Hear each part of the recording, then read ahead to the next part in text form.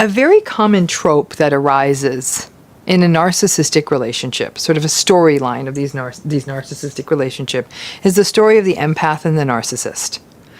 The empath is the benefit of the doubt rescuer. Everyone has good in them. Let's give them a second chance. We can make this work. I understand their point of view. I can feel their feelings kind of lover. The narcissist is the one-way street taker.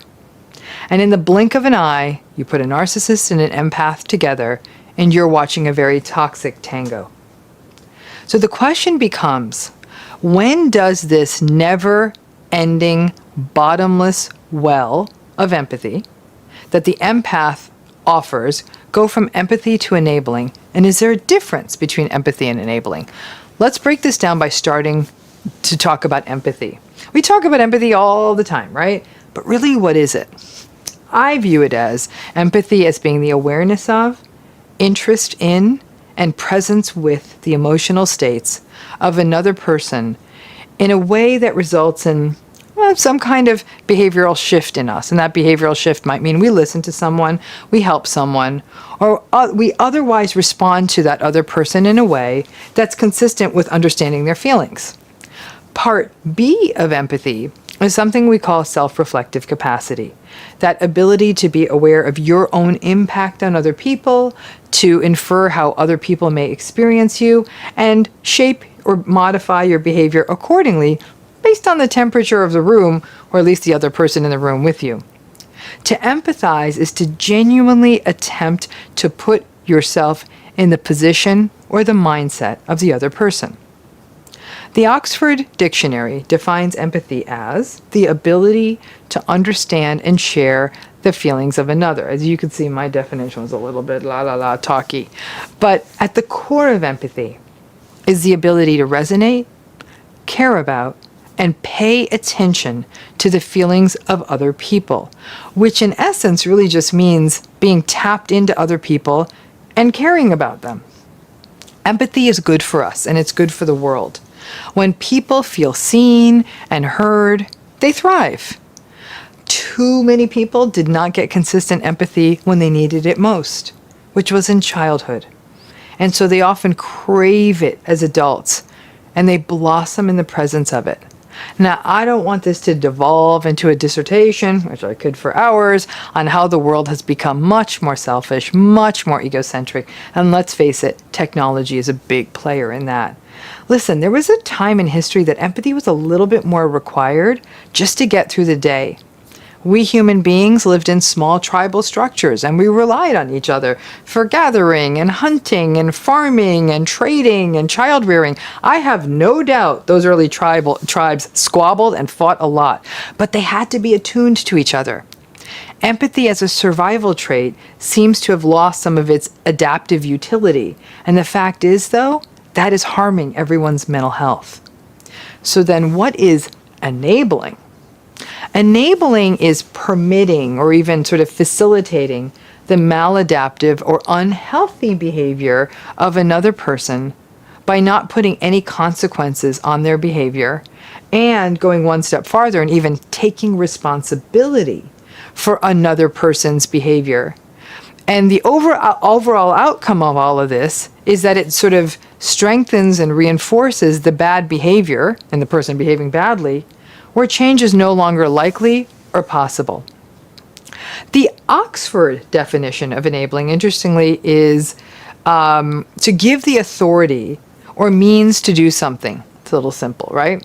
In psychology, and actually this term really came up from the addiction literature, this term enabling really implied allowing drinking or drug use to be silently or quite literally supported, either because of fear or at some level to maintain control of the addict or to create a universe of shared dysfunction where everyone was kind of keeping each other down so nobody could leave the system, right? So when does empathy become enabling? It's a very, very tricky question, one I grappled with for a while, especially when it comes to narcissism. The challenge with empathy is that it works best, obviously, when it's a two-way street. For it to be a one-way street, for empathy to be a one-way street, the way it is with a narcissistic relationship, is really the equivalent on playing on a seesaw or a teeter-totter alone. However, empathy is really good and important for us to show, but we also need to be aware when our empathy is not being reciprocated in any way. It's actually really hard clinically to work with people on how do you keep your own empathy intact when it is not being reciprocated, especially in a primary relationship. But then to not try to rescue or teach the person who's not reciprocating. A lot of empaths believe that if you show another person enough empathy, including a narcissist, that they're going to come around, that the love will make them blossom, like a whole Beauty and the Beast thing. It doesn't work that way. Now, empathy becomes enabling when it becomes a major driver of those justifications we make. The empathy becomes the fuel for the justification. Things like, well, we really need to understand someone else's perspective, and everyone deserves a chance, and I can also see their point of view. In fact, understanding someone else's perspective is great, and it's healthy. It starts to become a problem when you do it and they don't. And that means that their behavior goes unaddressed. Empathy becomes actually a piece of this whole cognitive dissonance framework. The narcissist does a bad thing. We are in a relationship with that narcissist. We don't want conflict. We don't want to call them out. And then we use an empathy-based excuse to let them off the hook. Like, everyone deserves a chance, or I just need to work harder on being more loving towards them. What that does, though, is it breaks the dissonance, and then you avoid conflict, or you avoid the battle, or you avoid having to address it, and you get to maintain the status quo. Many people who are highly empathic are conflict averse. Conflict and fighting might have been unsettling from childhood. It may be related to histories of trauma. It may even be a sort of a fear of abandonment. But being afraid of conflict is also another key driver of enabling, particularly with narcissists who are so vindictive and conflictual. When people keep knitting second chances out of empathy, this idea of everyone deserves a chance, let's give them the benefit of the doubt. When people keep excluding bad behavior from this place of empathy, they didn't mean it, I understand why they did that. When we don't issue meaningful consequences on bad behavior, something like, I know lying or cheating is not okay, but aren't all of us human? Then we enable behavior. One could argue that maybe we aren't that different. We human beings are not that different from rats in mazes. Our behavior is shaped by the consequences that follow it. If the narcissist acts like an ass and you are still there just loving them up, why would they change their behavior? That empathy turns into enabling. I firmly believe that highly empathic people do not have to be enablers. Empathy is magnificent. It means empathizing with emotion. You can even empathize with a person's difficult life history and even understand how it could lead to bad behavior in the present time. You can also then say, yep, I get it, and your behavior is not acceptable. And you can set a boundary against it. Empathy starts getting confusing when it gets mixed up with our own neurotic struggles, our fear of abandonment, our fear of conflict, our fear of letting other people down, our fear of expressing our needs. Then we just sort of fall back on the virtue of empathy. I'm going to understand their point of view, instead of facing our own stuff as well. Enabling is why narcissistic relationships can actually literally last for lifetimes. And empathy can often be a bigger driver of that than you would think. Like I told you, I'm a huge fan of empathy. I believe it's a game changer and a life need, and it makes the world healthier. But I also believe that we need to understand that a person can be empathic and still issue meaningful behavioral consequences. A person can still set boundaries. A person can still disengage. The sad fact is that too much empathy gets wasted on trying to win people over, on the people who don't see it or don't get it. It's a bit like just letting a faucet run and they don't take advantage of it. And interestingly, the people who actually would benefit from the empathy often go thirsty because we're wasting it. Maybe it is that early life conflict of trying to win over and master over that unwinnable parent and get them to notice us that leads us to this.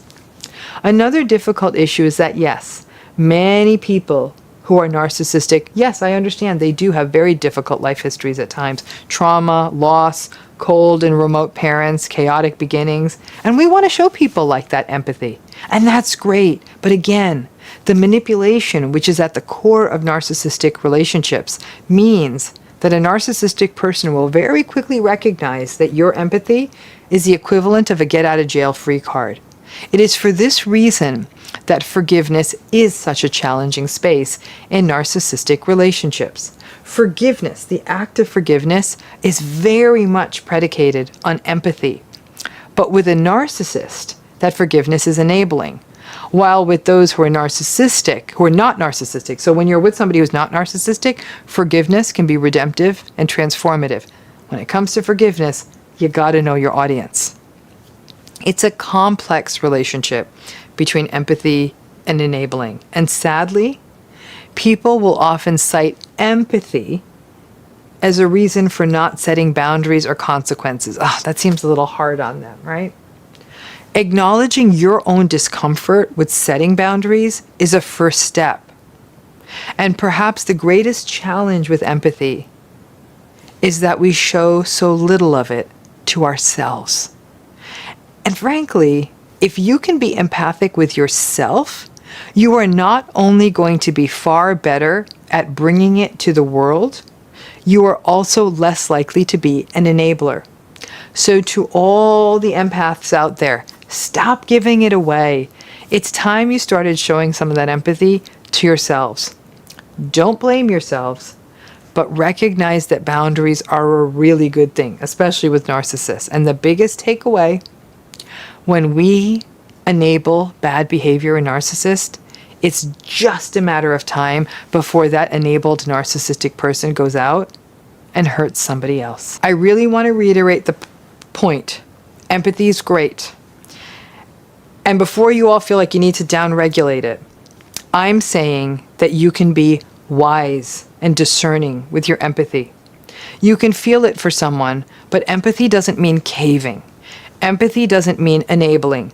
Empathy means often seeing someone struggle and getting someone struggle and doing that really, really hard action of setting a line and setting a boundary. In many ways, that actually conforms to what has sometimes been called tough love, right? I get it, I love them, but if I keep this cycle going, this person is not only going to destroy us, they may very well destroy themselves. So please understand that your empathy is great. It's a necessary tool to get through the world. It's good for you. Just be careful that it doesn't become part of a larger structure of justification. Oh, the enablers, the enablers, the enablers. I'm on a bit of a tear on the enablers these days. With each passing day, well, I definitely obviously see that narcissism is a core issue in our world, and I see how much people are struggling with this. Part of what gives the narcissistic people their power is the enablers. The people who, for reasons in themselves that are both selfish and naive, ignorant and hopeful, choose or simply can't see the narcissism in their midst. The enablers are often more harmful with their gaslighting. Once you understand narcissism, it makes sense.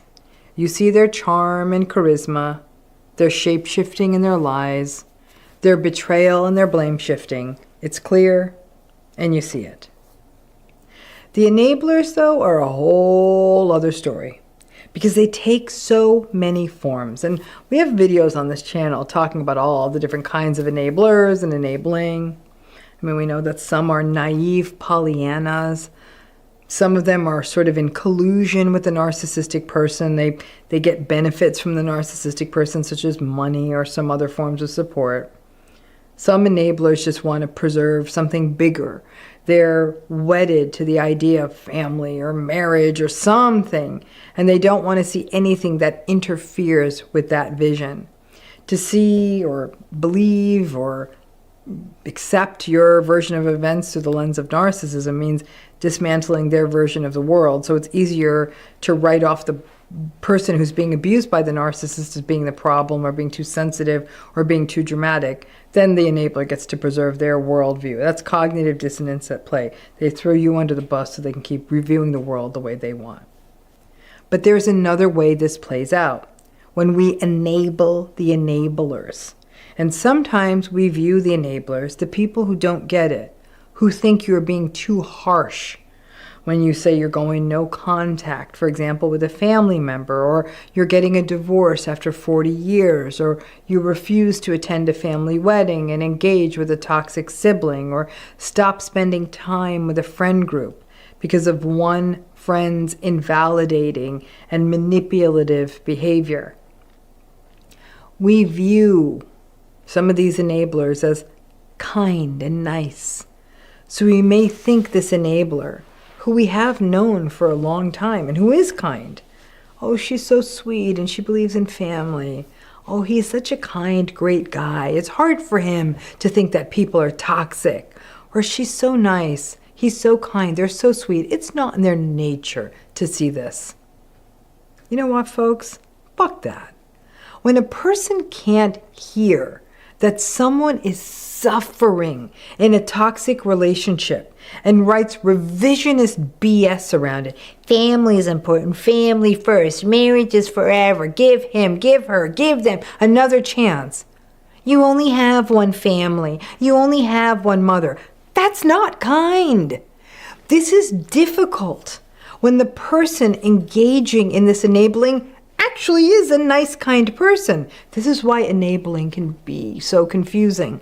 When the enabler actually is sweet and nice and doesn't have a harsh word for anyone and is deeply empathic and sweet and compassionate and all that good stuff, and you've seen it and you know it, it may in some ways be experienced by us as the harshest form of enabling of all. And we may start to believe that they are indeed too kind or sweet or nice, and that is why they don't see it.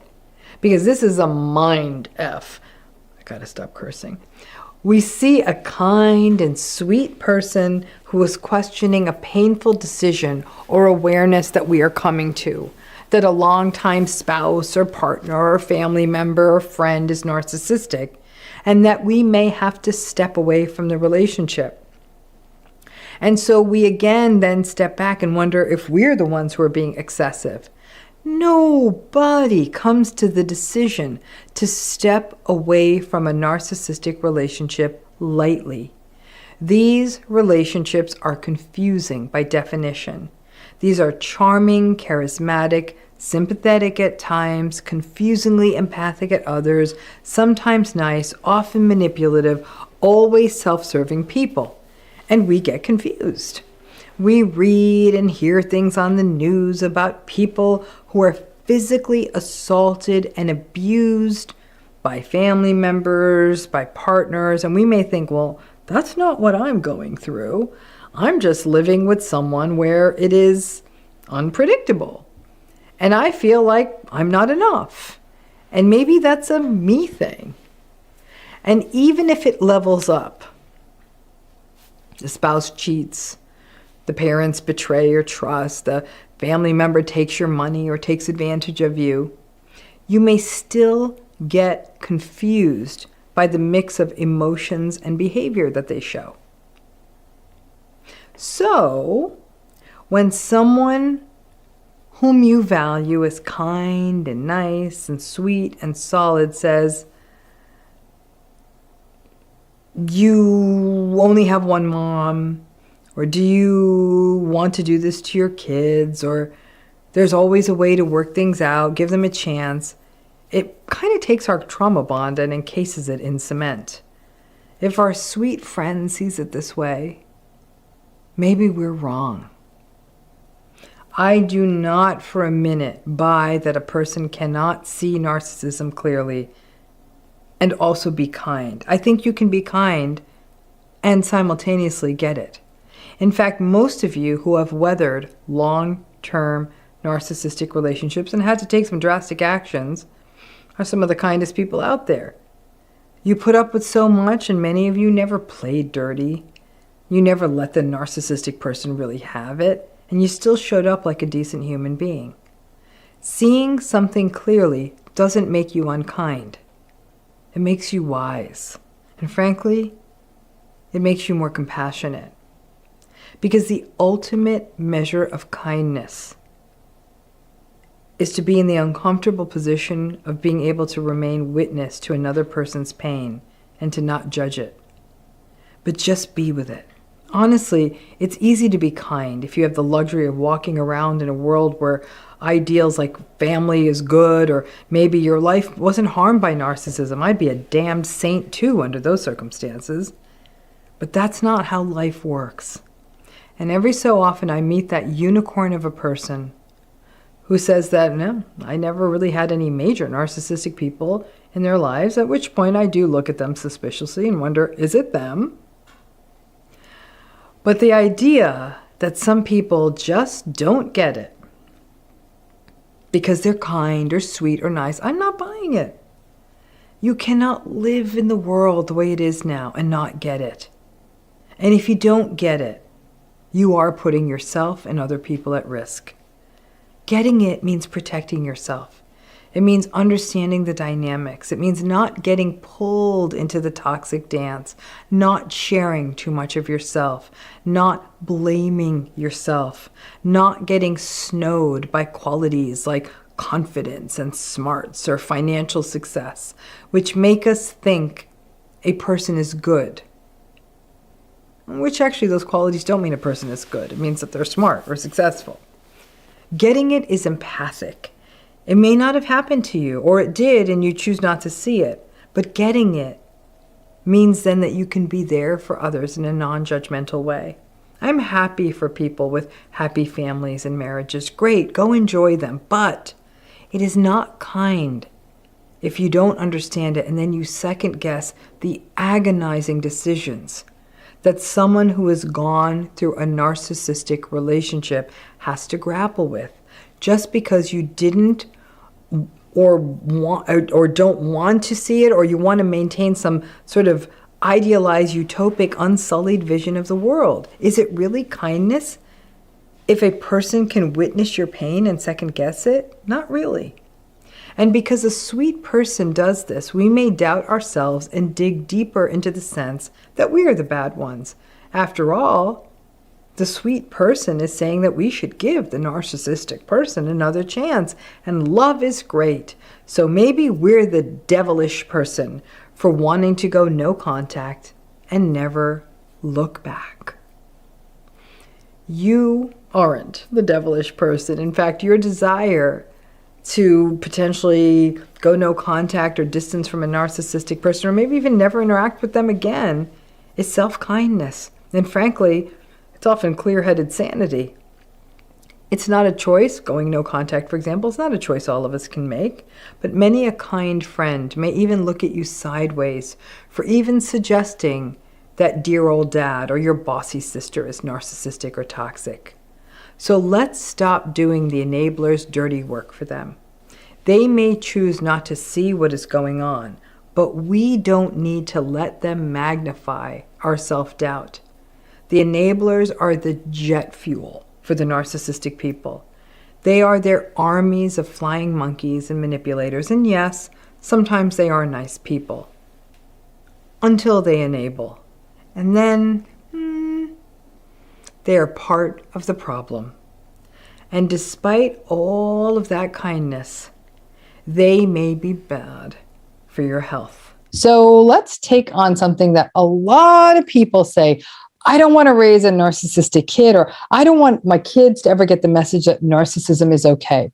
So I'm going to talk about something really controversial today, right? And I have a feeling that comments might get a little bit ugly on this one, but I really, really want to take offense with when we tell children that you must respect your elders. I'm going to talk about how that stance, respect your elders, can actually contribute to a likelihood of making your kids more likely to actually be vulnerable to narcissists as they get older. So what am I saying? So let's take that apart. So let's face it, a lot of us grew up with this saying, respect your elders, right? And I get messages from people all the time, lots of people asking me, what are some ways that we can help address narcissistic abuse and protect our children from it as they get older? Most of the time, people are asking me about how to protect their children from a narcissistic co-parent or something like that. But we also need to be careful that we are not unwittingly enabling patterns that are not good for our children. We may mean well. We may be carrying cultural and familial traditions, and this simple statement, especially in families that have been impacted by intergenerational narcissism and narcissistic abuse, can actually do far more harm than good. Respect your elders.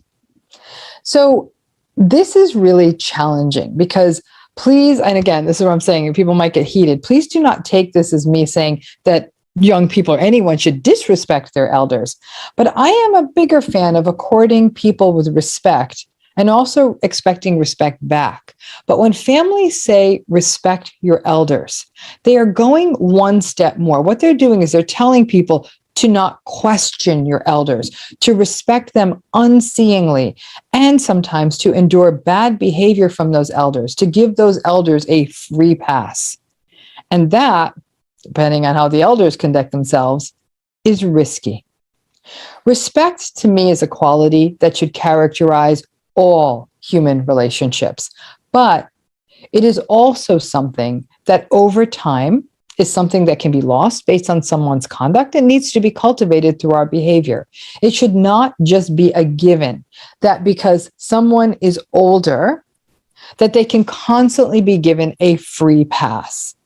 In a lot of the familial narcissistic abuse out there, respect your elders is code for don't ever stand up for yourself. Don't ever question them, despite that so-called elder supporting or being toxic family members. Don't feel that you could set a boundary around them. Do not say something to them that is ever critical in any way. Do not protect other family members in the system. There's a lot that's encoded in respect your elders. Respect your elders becomes a hidden way of saying, do not question this family system, no matter how broken and toxic it is. The issue then becomes that in some systems, these so-called elders have lots of power to maintain the toxic structures, and others in the system have to keep showing deference and respect to them despite the harm that they may have caused or the harm that they are enabling.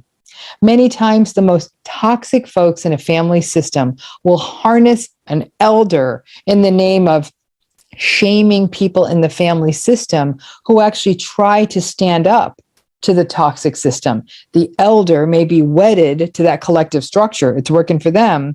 And the toxic family member will then call out someone who is trying to set boundaries around them and say, oh, you're not respecting the family. And as such, that means you're not respecting the elder in the system. Because if an elder is requiring blind commitment to an abusive or toxic family system, or signing off on an abusive family member's behavior, or are they themselves abusive, then respect your elders really means you better keep enabling. And if you don't, we will shame you for shattering a societal requirement of elder respect, and the narcissistic abuse in the family system can persist. Now, the power of elders in family systems is significant, especially when we are talking about cultural or generational narcissism. I have to be honest, in some family systems that I have witnessed and worked with, that the only way some really damaging generational cycles end is when the entire family system dies out because people don't have kids, or when a subset of the family goes no contact and maybe raises their children away from the original toxic system. Otherwise, the respect your elders, don't question them, keep enabling everyone mantras can result in multiple generations being harmed by and perpetuating these cycles of toxic family narcissistic abuse. In many cultures, respecting elders is just accorded without question, without consideration of whether this elder's behavior is consistent with that which should be respected.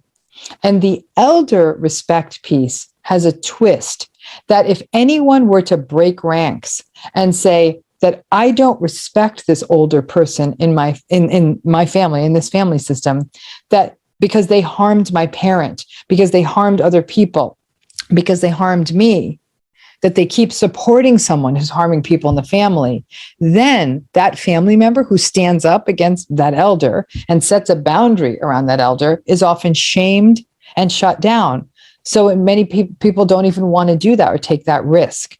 The traditionalism and orthodoxy about families always have to stick together. Blood is always thicker than water. Respect your elders, honor thy mother and father, runs a risk of becoming enabling spaces and perpetuation of toxic cycles and sort of a petri dish for family narcissistic abuse, because it means that unless a person makes the major step of setting boundaries and leaving, they are often stuck in a toxic structure and a toxic culture, family culture, with an elder who commands respect and is also enabling the most toxic people in the family system in the name of family. As parents are attempting to help children navigate an increasingly narcissistic world and often wondering, how can I stop these cycles in my family and protect my children? This is actually one of the harder things to sort of face down. Now, remember, this is not about telling your child to willfully disrespect elders. Never would it be okay for a child to be name calling or behaving rudely to anyone in the family. But this is about teaching a child that they do not need to fawn over someone or kiss their ring or do some sort of performative respect dance for an elder that may, for example, have been your abusive narcissistic parent, or is continuing to embolden or enable narcissistic players in your family system, perhaps a toxic sibling or aunt or uncle. You can teach your child to treat everyone with the same respect, but not that they have to show unearned deference to someone who has actually possibly harmed you and is still allowing a toxic family system to fester. Throughout history, narcissists have gotten their power because of archaic rules and hierarchies, and they capitalized on those. And they were allowed to sustain and maintain cultures and systems of abuse and invalidation just because. Respect your elders runs the risk of sometimes being one of those frameworks. And listen, folks, I'm about a block away from being an elder myself, and my body is telling me that I am already there. But nobody owes me any respect unless I earn it through how I conduct myself. If I ever do get to have grandchildren, they can respect me if I behave in a manner that accords respect, but not just because I am an elder. I am also the child of immigrant parents who went through their share of hardships. Some of those elders in our family system, either here or in the country where my parents immigrated from, they completely get my respect, morning, noon, and night, because their behavior warrants it.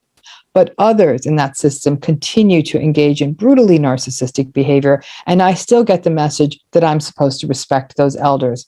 I ignore that advice. I ignore them. And I have never told my children to do some sort of respect ritual with these narcissistic people in our family system. I tell my kids it's okay to set a boundary and disengage if they are witnessing toxic behavior, regardless of the age of the person doing it.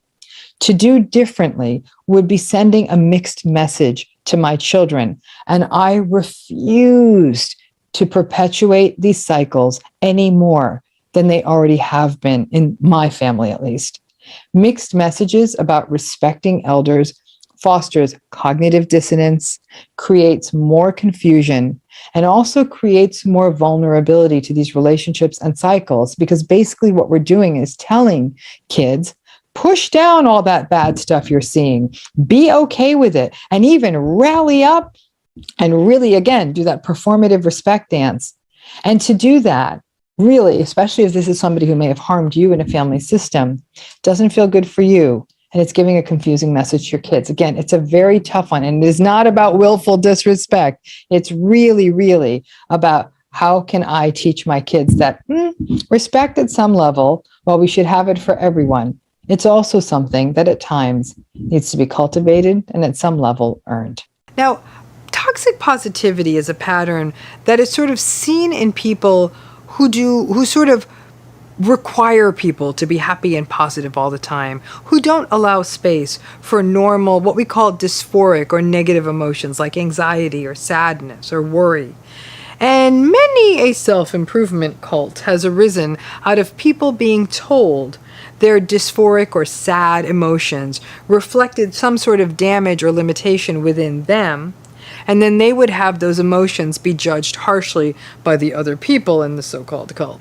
Now, as a general rule, it is useful. Emotions are useful because there are messengers, right?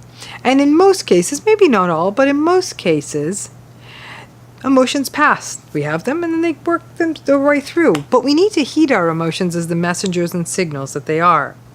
And what we need to do is learn appropriate ways of being with our emotions and learning to respond in the face of them. Now, the toxic positivity folks are the ones who shame people for not walking around eternally optimistic. And they're fully convinced of their power all of the time. They will often invoke and weaponize all kinds of new age hooey to do this sort of shaming of negative emotions, and will tell you, none of that negative talk. Come on now, shift your mindset. You have the power of your mind. Set a happy intention. You are the master of your mind. And for people who are facing oppressive and dominant and abusive behavior, not just from a partner or a family member, but from the world at large, you can set all of the damned intentions and mind power you want. You can't change the world, and you shouldn't blame yourself for that. Because that's what ends up happening in this toxically positive space, that somehow your mind is so magical that it could change everything, including the other toxic people in it. So in the toxic positivity world, these are folks who don't like hearing about narcissism.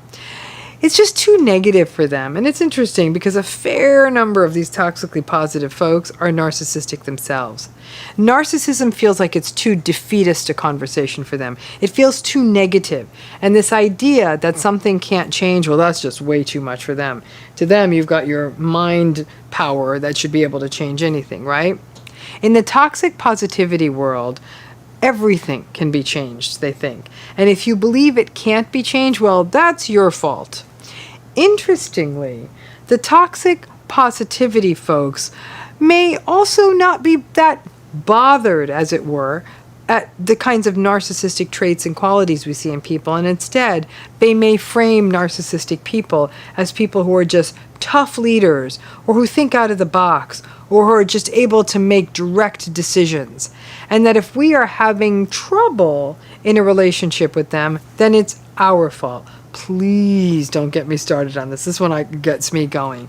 This toxic positivity movement is actually observed, and we see it in a certain subset of motivational speakers, and basically anyone who basically tries to silence people who are trying to say, hey, Not everything is good. So those people like me who are saying not everything is good and we need to support people through it. No, no, no, no, no. They don't want to hear that. Toxically positive enablers will also convert all of your emotions about other people into a projection. They'll say things to you like, well, you're angry at that person because you're just disappointed in yourself. And that can leave you with even more self-doubt, especially if that person you're angry at is a gaslighting, invalidating, narcissistic person. So, as you can imagine, the toxic positivity going through a narcissistic relationship enablers, and at times they are even re-traumatizing. If a person is going through a narcissistic relationship, the toxic positivity enabler will more often than not blame the person who is going through the narcissistic abuse, telling them things like, well, maybe you weren't clear-headed when you set that intention, or maybe you just aren't manifesting it the right way, or maybe you really don't want to be out of this relationship, or my favorite toxic positivity enabling sentence, maybe you like being treated like this. When I hear that stuff, I want to curse. The toxic positivity folks are the individual enablers. The toxic positivity movement means that there are entire systems that enable narcissism. I have had numerous people tell me that they have had everyone from so-called spiritual teachers to so-called healers to coaches to yoga teachers to energy healers to therapists tell them that instead of calling the relationship toxic or your partner narcissistic or toxic, look within you, because that is within your control, and ask yourself why you need to label it this way, and ask yourself what you are responsible for in this other person's behavior. They will also go on to say that, oh, come now, that's not nice. People aren't toxic, and that your negative feelings can be changed by shifting your mindset. Listen, you cannot look within yourself until you are educated about what is also it's outside of you, so you can make an informed decision. That's the positivity, folks. Leave that rather important bit out. Sure, so when a person's reality is being denied, or they are not being shown basic human empathy, or they are being invalidated, exactly how are they supposed to take responsibility and control? It's like blaming someone's face for being in the way of another person's fist. But this idea of personal responsibility to a fault, coupled with the unwillingness for so many Healy types to see narcissistic relationships clearly, means that many survivors walk around in a state of self-blame, self-shame, and self-gaslighting for years and even decades longer than they need to. The toxic positivity enabling is one of the major reasons why this entire issue of narcissism and what it does to other people isn't getting addressed systematically.